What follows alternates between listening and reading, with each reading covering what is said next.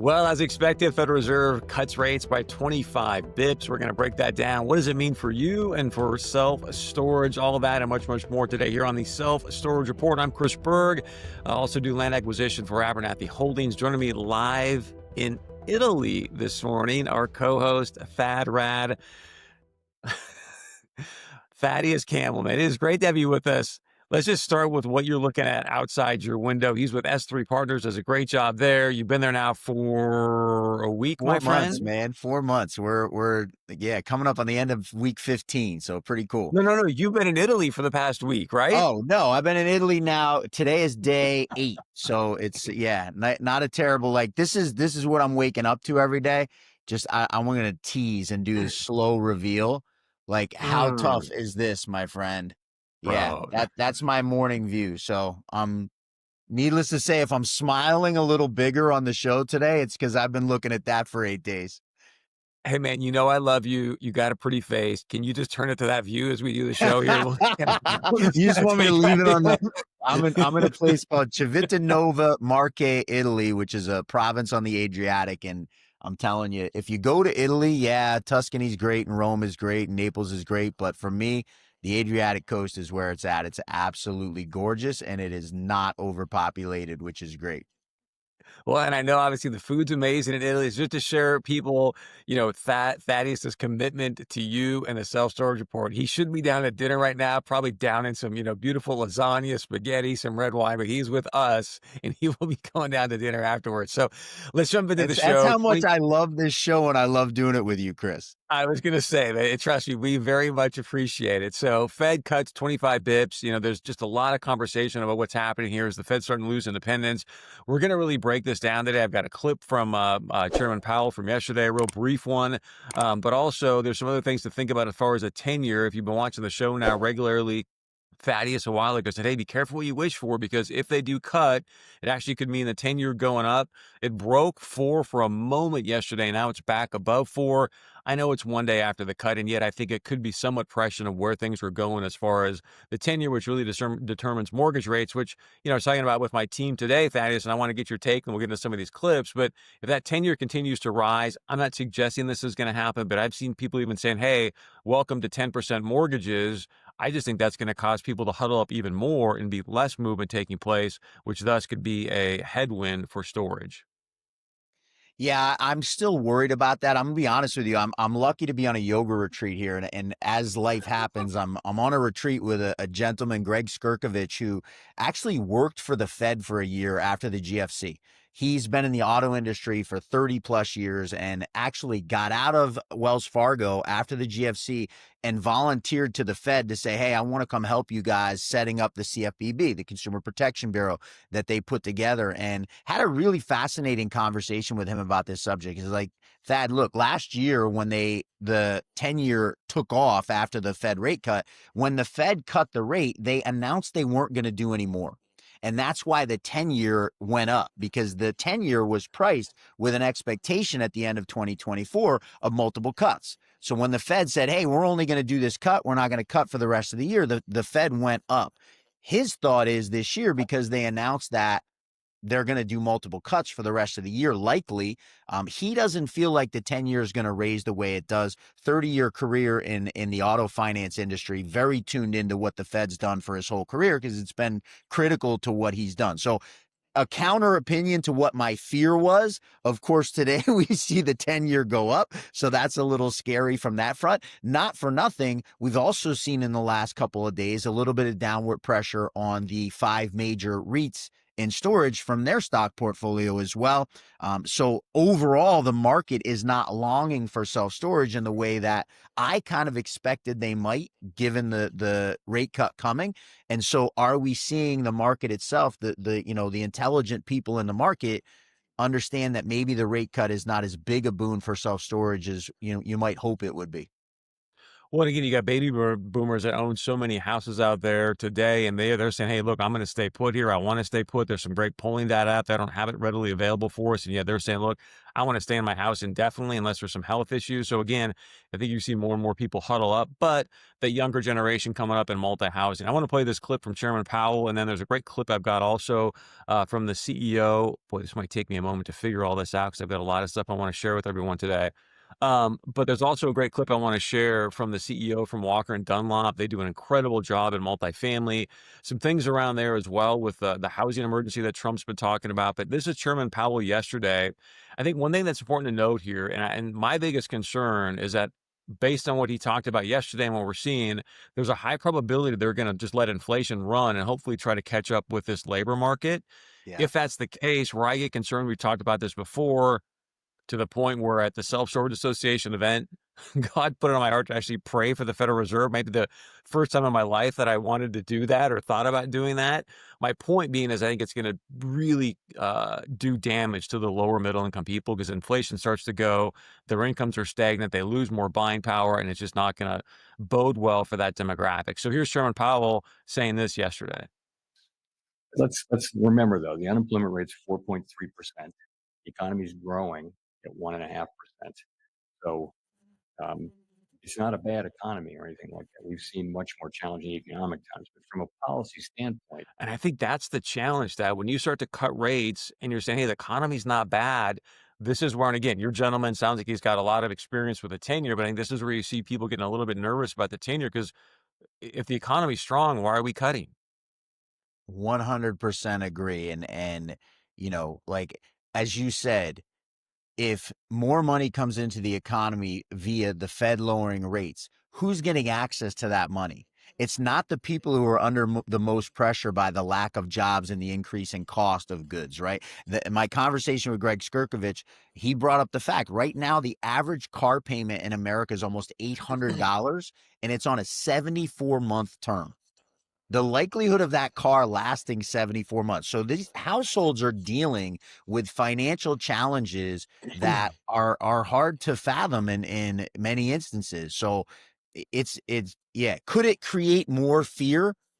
Absolutely. And if fear comes into the market, that tends to push the 10-year up as they have to raise rates on bonds to get people to buy in. Well, I think you're bringing up a really interesting point about higher car payments. I'm talking about inflation. Like you start to squeeze disposable income. Does that quickly people say, you know what? I thought I needed the storage unit. Maybe I don't because I got to put food on the table, put gas in the car. I'm not saying we're there yet, but if things continue to move in this direction, there's a probability that they may start saying that I can't afford my storage unit anymore. Do you agree or no? I listen, it's my long-term outlook on storage has been bullish. We've talked about this since we started the show. I think you're on board with me on that. But there are some serious short-term issues that, we've talked over the last couple of weeks. I had Alex Burnham. I ran a clip from him. I'm talked to Mike Burnham out at SSA. Not everybody feels like we've hit the bottom necessarily of the challenges that are facing storage. So while we all have kind of been hopeful that, we're on the way back up, there's still some significant headwinds that we're facing. So this is the CEO from Walker and Dunlop. Again, they do a lot of multifamily, very successful public company. I want to share with you a clip in regards to, again, him talking about, hey, if we're cutting into a strong economy, here's typically what we've seen in the past. Again, does the history always repeat itself? No, but it definitely rhymes. It just allows us to say, okay, what can we potentially anticipate that's coming next? That 40-year period, 45-year period, the ones where the Fed cuts in recessionary environment end up pulling down the long end of the curve, pull down the 10-year, pull down the 5-year. In those where it's not a recession, which is like it is right now, it does not impact long-term rates. And so as much as I'm expecting us to see at least a 25 basis point cut, and then probably another 25 basis point cut, even if you take 50 basis points out of the short end of the curve, I don't expect it's going to impact the long end of the curve very much. And so I think right now at a 401 10-year, we're below where the market will be 2 to 3 weeks from now. And I don't try to predict where rates are going, but I think people are buying on the news and might sell. I mean, they might buy on the rumor. So that kind of falls in line with your thesis that I want to share a couple more data points and get you a chance to comment. So this is from B of A, Global Manager Fund Survey. What can we anticipate as far as Fed cuts for the rest of the year? They're saying 4. I'll show Kalshi numbers here in a moment as far as 4 and 3. But the other thing that really jumped out to me as I was going through this data was this piece right here again in regards to inflation and the dollar debasement. So what do they consider the biggest tail risk? And they're thinking, hey, second wave of inflation we just talked about is going to be a big tail risk, which is you and I would say, hey, make sure you're in assets. You hear everybody right now saying, get out of the dollar, get into risk assets, whether it be gold, stocks, not investment advice, just simply saying what we're hearing from other professional fund managers. And this one here, the dollar debasement, I could show you some data within here that they're saying, hey, a lot more of these fund managers, central banks as well, are buying a lot more gold.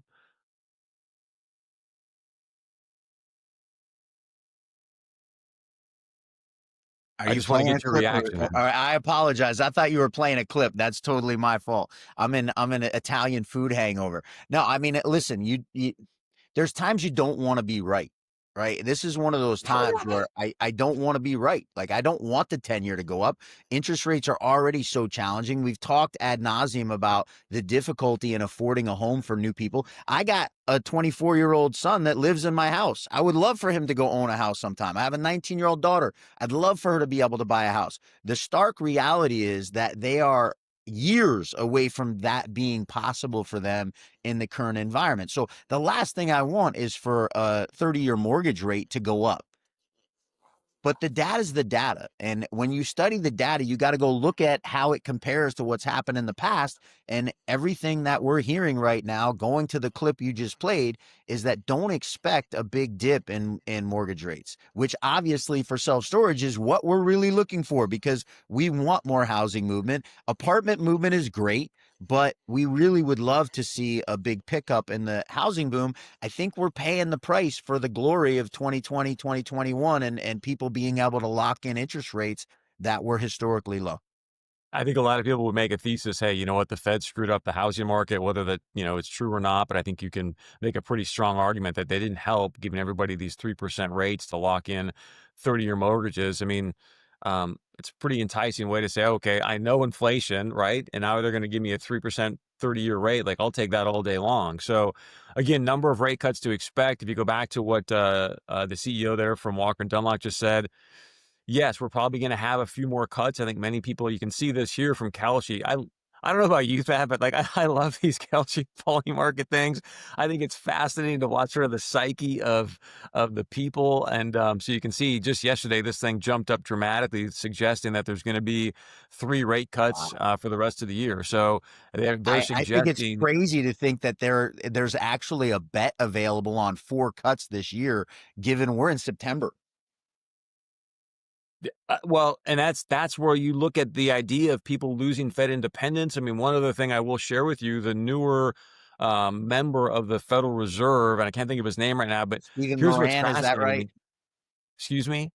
Stephen Moran, I think, is his name. Thank you. Thank you. Here's what's fascinating. Welcome. He's still getting paid by the White House, and Yeah. yet the Federal Reserve is supposed to be an independent private bank that should not be political. Like, it just doesn't make a lot of sense. And so he It's actually wanted to he took a leave of absence from his job at the Treasury in order to go be on the board of the Fed. And yeah, so, and look, there's multiple sides to this issue, right? Again, going back to Greg Skirkovich, who I spent a lot of time talking to this week, we've been talking about how interesting it is that the Fed is independent. On the flip side of that, if the Fed, he made a fantastic argument. Hey, if the Fed is part of the government, right? If the government's regulating that, internationally, we lose any credibility for our currency. Now, all of a sudden, we're China, where we can adjust however we want to create the economy we want for the populace. So there's fascinating arguments to see what's going on right now with the Fed, and it's not great for the American people, quite frankly, to see what's happening. That's my, as I said, I hate to be right, and I hate to, in this instance, I love to be right. Don't get me wrong. I have an ego, and I like to say smart things and have it be recognized that what I said was intelligent. In this instance, it's not fun to watch this play out. I completely concur with you. And again, for people that are in self-storage, looking at self-storage, want to get into this asset class, again, not investment advice, but I think you're in the right asset class, at least be kicking the tires, because with what's happening right now with the dollar and what we're seeing from the Fed, you definitely, as we just said a moment ago, not investment advice, but you want to be in hard assets. And I say that because even the CEO of Tether, which right now, if you're not familiar with Tether, it's a stable coin, the most profitable company per employee, maybe in the history of the world, but definitely right now. They even said, the CEO recently, we're buying land, we're buying gold, and we're buying Bitcoin. So you can see that they're kind of trying to stack against some assets that can obviously increase values as the dollar does what the dollar's about to do. So one of the pieces I want to share when it talks about housing, and again, tie this back into what does this mean for storage? This was really fascinating, Thad. I want to get your take on this because you've been talking about the car situation and whatnot, but searches for help with mortgage surpassed 2008 housing crisis. I mean, I could spend the entire show giving people data points in regards to how so many things right now are going far above what took place in the 2008 housing crisis that I don't know if we're there yet, but as you and I keep talking about with the real estate cycle thesis, please be paying attention to the middle end of 2026. I think that's when you're really going to start to see some cracks in the situation. Yeah, listen, if you haven't read The Secret Life of Real Estate and Banking and you're involved in any way in real estate, I go on Amazon, order the book. It only comes in a hard copy. Chris and I get no compensation from Philip J. Anderson. I'll just throw that out there. We're not paid to put this out there, but you have to familiarize yourself with what's going on because the data it's undeniable, right? There's 13 cycles that have happened in the history of our country. And to your point, what are we seeing? It's yet another graph that's showing you something that is putting us right where we were in 2008. I sent you a Yahoo article earlier this week. I think it was Moody's, right? They have a data tracker of data points that lead them to believe there's a crash coming. That data tracker was at a 48% probability that there's going to be a recession in 2026. And what they said was, yes, it's only 48%. And that maybe seems like, hey, it's less than 50%. But every single time that data tracker has gotten to 48%, there's been a recession.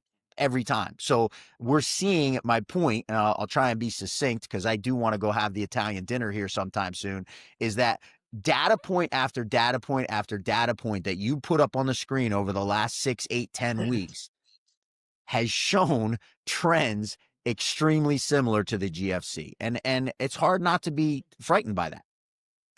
Well, and to add to that with this real estate cycle, now the one thing that does sort of supersede the real estate cycle is war. And so I think you could make a strong argument that there's a high probability it may not be a hot war at this time through, and there's going to be a financial war, but where there be currency and or a hot war, I mean, I think you could make an argument that might be coming as well. So just want to share that with people that, hey, look, keep that in mind as, Thad and I share this thesis. And there's so many things that are lining up to say that this is what's coming, even to the point where oftentimes when you read the book, he says, look, and then at the end, everyone wants to go all in and people start pulling every kind of string they can to encourage the housing market, to encourage more people to buy homes and land. And I'm going to share with you a clip in a moment on another sign that this real estate cycle is playing out the way that Thad and I have been talking about. Before I do that, I also want to say thank you to our partner, Tract IQ. You can check them out at tractiq.com. They do an incredible job. If you're someone, again, you're heavily involved in self-storage, you're thinking about going out and buying some assets, making some acquisitions, some development, they do a great job of giving you the right data to at least help you underwrite that thesis and make a much better decision. Or if you're someone that's brand new and you're like, I want to start to understand what are the data points I should be looking for as I begin to underwrite some of these assets, please do yourself a favor and go check out Noah and his great team at, again, Tract IQ, tractiq.com. Let's get back to the housing piece, that because as you and I talk about often, and you played a great clip from Mr. Burnham suggesting that, hey, housing movement is a really important factor to drive rates when it comes to storage. And so have you heard about President Trump suggesting, hey, I'm going to do this national housing emergency situation? I have. Okay, so again, I want to play this where just because the CEO from Walker and Dunlop is, oh man, I got to try to figure out tech here. He's in these conversations, and so I want to play this for everybody because he's got some great insight here, I believe, that can kind of speak to, again, the 18.6-year real estate cycle, where they're going to do everything they can to try to keep land costs where they're at, but also from a standpoint, but hey, is there going to be some interesting dynamics taking place in the housing market that potentially could help the rates for self-storage? But as you look at housing and you think about single family home unaffordability crisis we have, which the Trump administration, I believe, is going to address in the next couple of weeks, and they're going to do something pretty significant as it relates to trying to change land entitlement across the country at the local level by using carrots and sticks on federal funding. Of course, municipalities to change the way they do it. If you do it, they'll give you the money. If you don't do it, they won't give you the money. And they're working very hard on that. I know from the conversations I had yesterday. So we're going to see something as it relates to the administration trying to change the entitlement process at the local level, try and bring the cost of single family housing down. And in the process of that, oh, by the way, they're also focused on multifamily and want to see the development more multi. But as you look across that continuum, where is Rock? So, Thad, I want to get your reaction to what you just heard there. I'm gonna be honest, I had a hard time hearing it, Chris. So my reaction is muted. My All right, so Wi-Fi in Italy is not, it's not the 1 gigabyte service I'm used to having in New Jersey, unfortunately. I appreciate your honesty. Bottom line is this: is that it sounds like the federal government is going to step in and start to use carrots and sticks with local entitlement processes to say, hey, if you want to start to open up some of this land so we can do some more single housing, multifamily housing, then we're going to, subsidize that with probably, it looks like, some federal money or whatnot. And if not, then they're going to use, I don't know, some kind of stick to make people actually start to change the zoning to add housing density in certain areas. Again, in theory, I think that sounds great, but you're going to have the metrics make sense, right, from a capital stack perspective. And also, I think one of the things that people don't talk enough about, and you and I have, and I think we've done a pretty fair job around this, is that Lennar right now has got the most unsold homes, again, since the GFC. And everyone wants to talk about this housing crisis. We don't have enough homes. I think you can make an argument that, hey, they just might not be in the right place geographically. Yeah, and listen, yeah, there's inventory, but we go back to what we've talked about also, it's affordability. What's the price point that those homes need to get sold at in order for somebody to be able to, Lennar's not going to sell a home at $100,000 loss. They can't afford to do that, right? So can they take a little bit of a haircut? Yeah, maybe a few times, but they can't go sell their outstanding inventory at a loss. They'll be out of business very, very quickly. So it's that challenge of where's the price point that's affordable to the number of people that need to be moving, and how do we get to that place? I'll say one observation being in Italy, the number of people living in a single family home is minuscule compared to what you see in the United States. I'm in a place where there's very few people, right? If you go in and you spend some time on Google Maps and look up the Marche province in Italy, massive apartment buildings and then a bunch of land, right? Why is that? Well, it's because of the affordability factor. People can't afford to build a single family home in Italy and go live in it by themselves. They build these big apartment complexes with 100 units and there's no other houses around, right? There's people living in row homes in the main towns. But to the point of what we become accustomed to in the United States, where an average middle-class family could go live in the suburbs in a single family home, we may be past that point in our country where that's an affordable outlet for people to really be their reality in their 20s, 30s, 40s.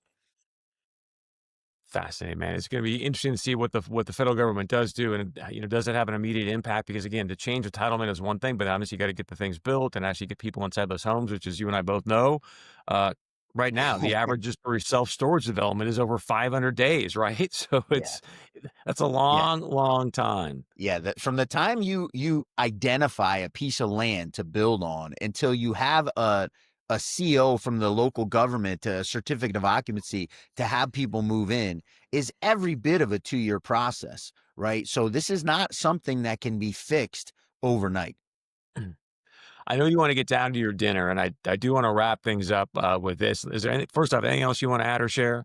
No, so grateful for you and for putting together all the information. Obviously, this week I've been a little less in tune with what's going on than I otherwise would be, but just really appreciate your support and how much passion and intelligence you put into preparing this show. So I appreciate that greatly. Well, I appreciate you for saying that. I got a bunch more that I could play, so if you want to hear it, man, trust me, I'm happy to share. I got a clip from Noah. We We can got next week's show. We play it got another plenty. time, but We can yeah. put more So stuff next week. what I do want to wrap up with, because you talked about this pre-show, we had a chance to talk for a few minutes before, is obviously the tragedy that took place last week. And you got something you want to share around it? I just want to share. I was very fortunate 2 times back in North Dakota. I had a chance to share the stage with Charlie Kirk. Obviously, a brilliant, brilliant young man. I don't want to get into everything that was said and this and that, but um, I think that he was trying to do the best he could, obviously, with everything that was going on in his world and what he was up to. The most important thing I want to share is the impact I think he's having, even today, to the point where I had somebody within the self-storage industry, send me a note and just ask me to pray for him, and I never had that happen before. And so we had a chance to do that. And he's, recently back to the church, getting back in the word. And so that was just a huge blessing, and what it's opened up as far as conversations with other people within the industry as well, where I think people are starting to realize, like, hey, it's great to go out and do this. And yet the most important thing is, hey, what am I doing to get closer to the Lord, be an example of the Lord, and bring other people to him? I echo what you're saying. I have a 19-year-old daughter who actually reads the Bible now. We did not raise her in the church. I've come to the Bible very recently. This has been something that, happened late last year for me. Grew up as a Catholic, but, had some issues there and went away from the church for a very long time. What a tragedy. No patience for anybody who is being negative about this situation, trying to bring up past events that Charlie Kirk might have said things about to somehow justify this. It's, I don't even want to give voice to that. What an amazing thing to watch the overwhelming percentage of the response, which is people recognizing that he was onto something. I know one of the reasons I've gotten so into the Bible and so into studying the Bible is most of the happiest, successful people I know have a relationship with God. And if anybody went out in the world and put that out there, it was Charlie Kirk, who did an amazing job of it. And we're seeing it. Churches were overflowing this past week. And for the first 2 times in my marriage, I'm on vacation, I've actually prayed together with my wife. And it's been incredible it stinks that it took something so tragic to bring us to that point. But listen, if you could do anything in life, it's leave a legacy that impacts people to better their lives. What better legacy could you leave? Amen. Couples that pray together, stay together. So you shared that with me earlier this week, man. I was so excited for you. Like, yeah, first time we were done, I was like, kudos to you, and keep on doing it. So just because you're in Italy, Italy's an amazing country. The best thing that you've gotten out of this trip so far that maybe you can apply to self-storage or just in life would be what? Surround yourself with amazing people. We're on this yoga retreat, and I'm just surrounded by amazing human beings. You can't succeed in a vacuum. And not only surround yourself with great human beings, but serve them. Humble yourself and serve other people, and you're going to be happier. Dude, I'm waiting for you to break out in an I can do that if you want. I got a pretty good own voice. I got a big chest. I can create a nice. Yeah, I could have lived in a monastery in the 1200s. Hey, man, I just want to say thank you again to Tract IQ, our partner. Find out more at tractiq.com. Thank you to you, Thaddeus, for stepping away from your trip and a beautiful dinner and your beautiful wife and spending some time with us. We really, really appreciate that when you didn't need to. So we're grateful always for your insight and your time. And again, One Chris more Berger time, at Chris, Abernathy just to Holdings. tease you. Man, we should, you know what? You ever watch CBS Sunday Morning? Like, we should just roll out with that, with like some nature We just music. leave it It's on the like, that's a closing, wrap. right? Yep, we'll just leave that. Look at the Adriatic as we leave. Not a bad way to go. That's a wrap. Have a great rest of the day. Thank you for joining us. We'll see you back here next week on the Self Storage Report.